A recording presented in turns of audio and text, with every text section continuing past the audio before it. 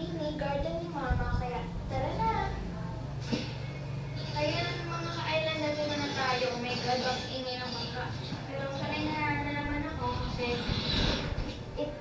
isa tong isla, yes. So, may mga halaman tayo here. Wait, pakita ko sa inyo. So, eto yung mga halaman na inaasikaso ni Mama, pinapatubo na. Ay, dito muna pala siya. Pero magagawa pa siya ng iba. So, meron pa tayo here.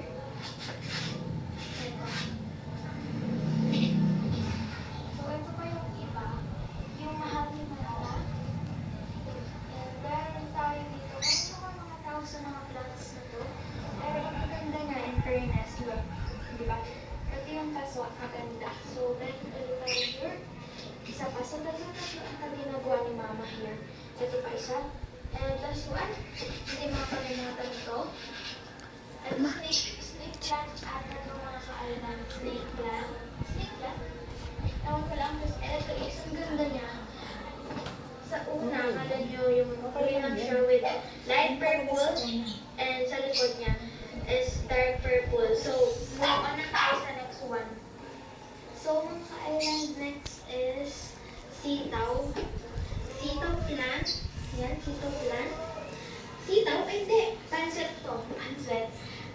Spaghetti. And next, ito ulit. Yung sinasabi ko sa inyo. Kadidilig lang niya. Ayan. So, ito tayo sa popcorn. Tumutubo na yung bunga nito. And meron din tayo dito. Ano tawag dito? Ground garden. So, ibig sabihin ng ground garden is lupa siya sa earth coffee. Nakita na niya yan. Meron tayo dito popcorn. Sinasabi ko sa inyo. Ito popcorn. Dito siya tumutubo yung popcorn. Masarap yan. Joke. And meron din tayo dito apple. Kasi tumutubo to yung maliliit na yung parang bulaklak siya na bilog. Tapos tumutubo yung mga ka-island na tumutubo yan ng bilog. Dito bilog siya. So, next tayo. So, dito naman is may makikita din kayong ganito. Yung sinasabi ko din, and meron din tayong pinakatubo na ganito. Yung malaki, papakita ko sa inyo mamaya. Yung ganito. Yan. And next is ito. Ang cute-cute niya. Ang cute-cute niya guys. Yan o. Ang dami namin kay Mama nito. So, mga ka-island,